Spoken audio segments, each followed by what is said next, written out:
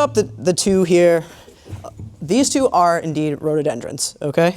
This front one, I brought up this to kind of confuse you a bit, because this one is an azalea. If you notice, they look pretty similar, these two here, okay?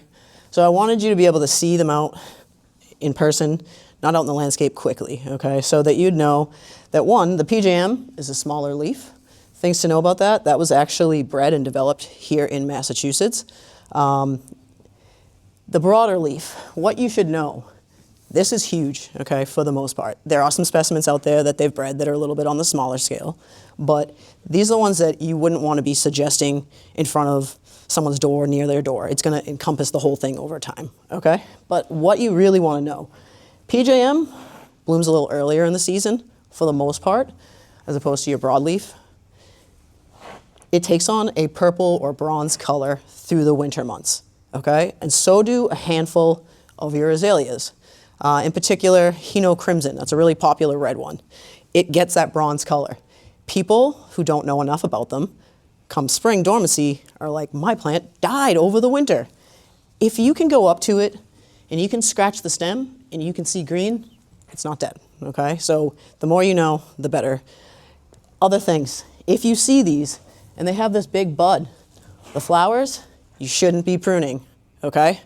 If it's a spring bloomer, that's got to bloom out, and then you can do your pruning. Primarily, it's best if you can get it done right after bloom.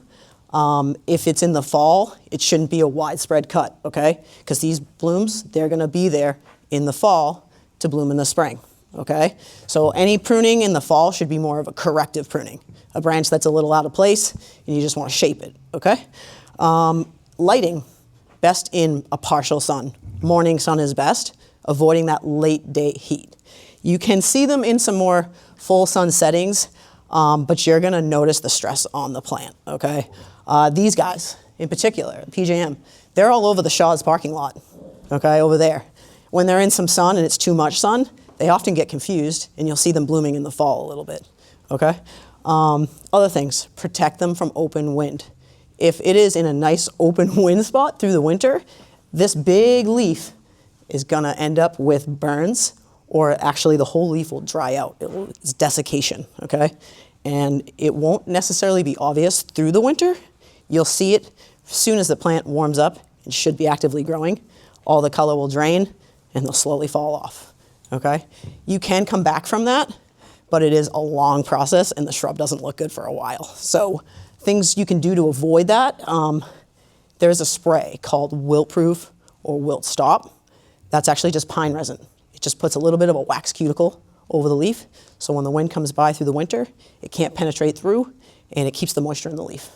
Other old school tactics, if you can't apply Wilt Proof or Wilt Stop, because there are some plants you should not put that on, you would do the old school wrap it in burlap.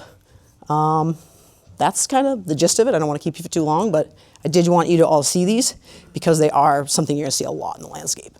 And I just mostly want you not to prune all the flowers off. So PJM, broadleaf rhododendrons, and then the azaleas. There are actually some rhododendrons, believe it or not, that are small like this. So, but the same thing rings true. Spring bloom, don't cut the flowers off. Early spring, cut them off right after they bloom. That's about all for you guys.